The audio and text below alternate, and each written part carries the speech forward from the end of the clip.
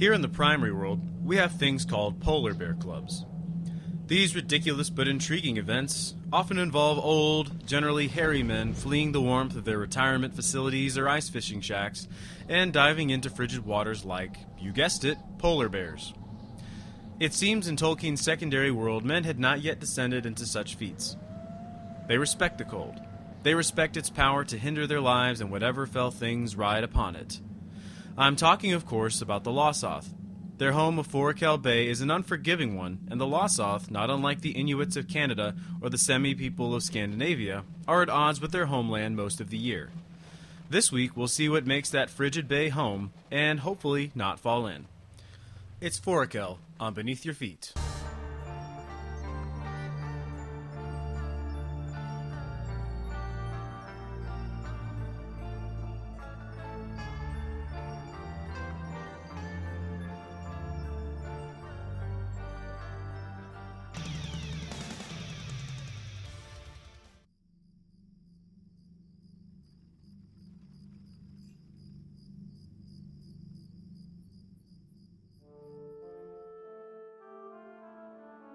Here in Surikila, the bay dominates your view.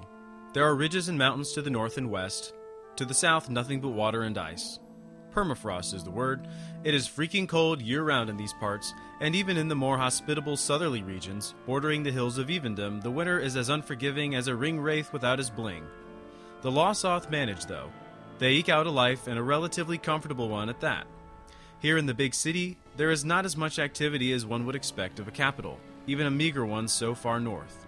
All of the active hunters and fishermen are further south around the bay or in the sparse evergreen forests beyond. Most in Surikila seem to be content with holding up in their massive huts made of hide and wood, or passing off their responsibilities to us travelers who are kind enough, or big enough suckers, or desperate for experience points enough to take on the tasks.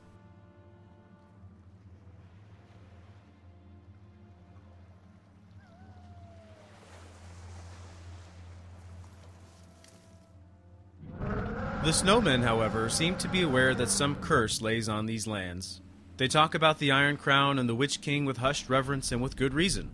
Forochel, you see, refers to the bay and its cape, and in LotRO it's not even the bay, it's just the southernmost part of it. The cape is nowhere to be found.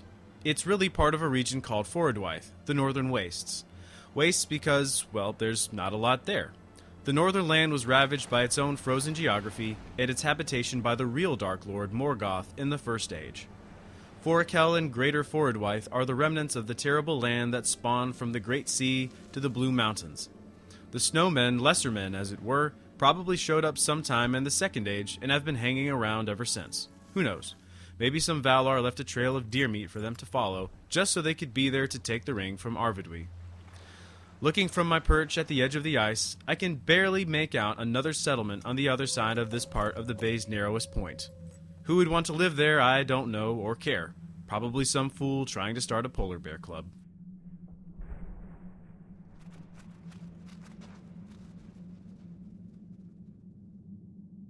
Tolkien didn't give us a whole lot to go on with Forochel, just a map and a story of the last king. Looking at that map, though, it is plain to see that if the west of Middle-earth is a fictionalized medieval Europe, then Forochel and the Bay would have to be Scandinavia.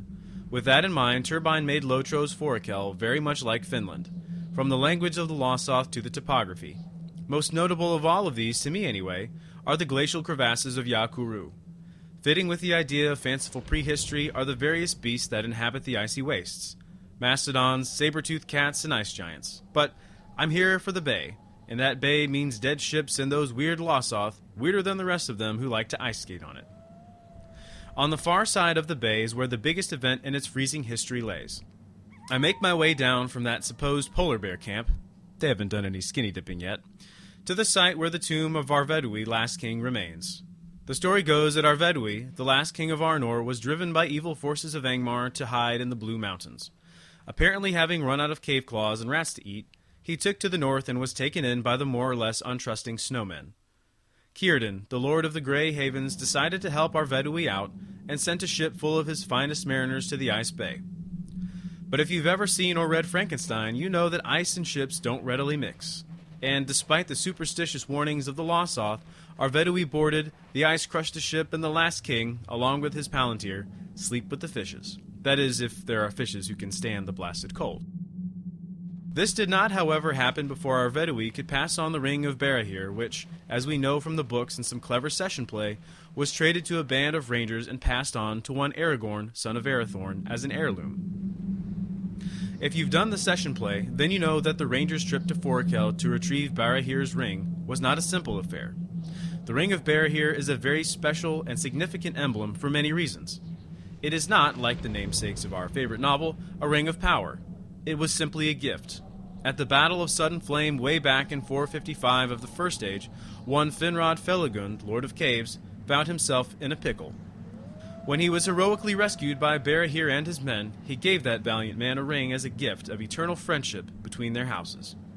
The ring passed to Beren, his famous son, and so on down the line of Númenóreans to Elendil, and from Elendil to his sons down to Arvedui. Once this Weregild was recovered, it continued to pass down the line of kings in exile. Somehow, the ship of Arvedui is still there in its snowy, watery grave. Some say the ghost of Arvedui still lingers here, frozen in time. Some say its holds are full of relics meant to be borne away by the elf mariners. No way I'm getting in that water to find out, though. In fact, I think it's about time to wrap it up and get back to someplace habitable.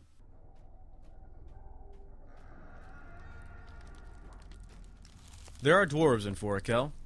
No, it didn't make much sense to me either, but then I took a look at a map. You see, the part of Forochel we explore in LotRO is at the tail end of the Blue Mountain Range, and, as those of you who listened to episode 2 will know, the arid Luin are full of dwarf ruins. Why shouldn't some dwarves of Thornshall head up to this frozen tundra in search of historical relics and, of course, those wonderful gems that are sure to be somewhere beneath the permafrost of this otherwise rocky land? So, once again, the game makers managed to fit something new in that cozy slump between the possible and the probable in a digital Middle-earth. I think a little more on life here in the frozen wastes. It is a lonely life and a trying one, but a life lived well by a people dedicated to the endless competition with their lands. It is a reminder, an arrow pointing to a simpler and more difficult life lived for centuries in our own world. As in much of Middle-earth, the Losoth are a folk whose identity is found in their land. Just as hobbits belong in the Shire and dwarves under mountains, the snowmen are only so because of their home, something we've lost here in these latter days of the rapidly shrinking and ever-moving primary world. In any case, it's time for me to leave the snowmen and head on to other places, warmer, kindlier, and without polar bears. I'll take what lessons I can, those as only snow and history can bring, and move it to a place more suited for a softy like me.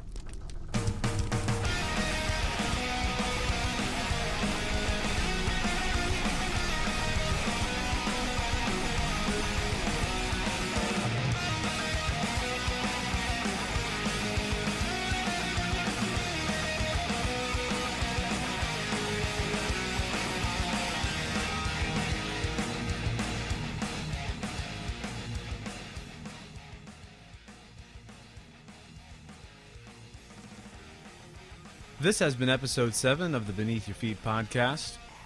Thank you so much for listening. My name is Shipwreck, and we'll see you next time when we go beneath your feet.